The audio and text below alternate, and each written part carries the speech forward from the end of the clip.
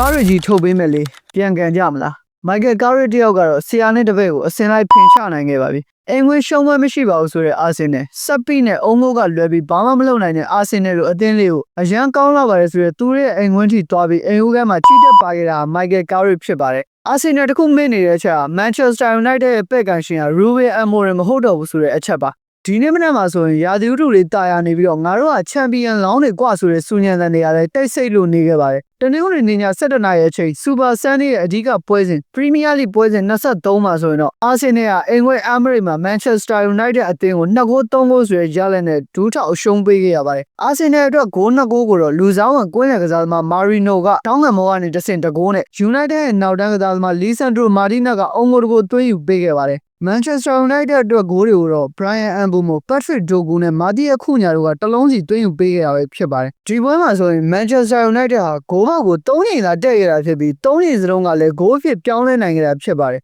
နောက်ဆိုရင်အာဆင်နယ်ပရိသတ်တွေကလည်းမန်ချက်စတာယူနိုက်တက်အသင်းနဲ့ကန်ရတဲ့နေ့ဆိုရင်သူတို့ဂိုးပေါက်မတည့်ပါစေနဲ့လို့သာထိုင်ဆူတောင်းနေရတော့မှာပဲဖြစ်ပါတယ်ဒီပွဲရတဲ့ကြောင့်အာဆင်နယ်အသင်းဟာမန်စီးတီးအသင်းကို4မှတ်သာဖြတ်ထားနိုင်တော့တဲ့အခြေအနေကိုရောက်ရှိလာပြီးတော့မန်ချက်စတာယူနိုက်တက်အသင်းဟာဆိုရင်တော့ရမှတ်38မှတ်နဲ့တူအမှတ်ပေးစရာရဲ့အဆင့်4နေရာအထိကိုတက်လန်းလာနိုင်ခဲ့ပြီပဲဖြစ်ပါတယ်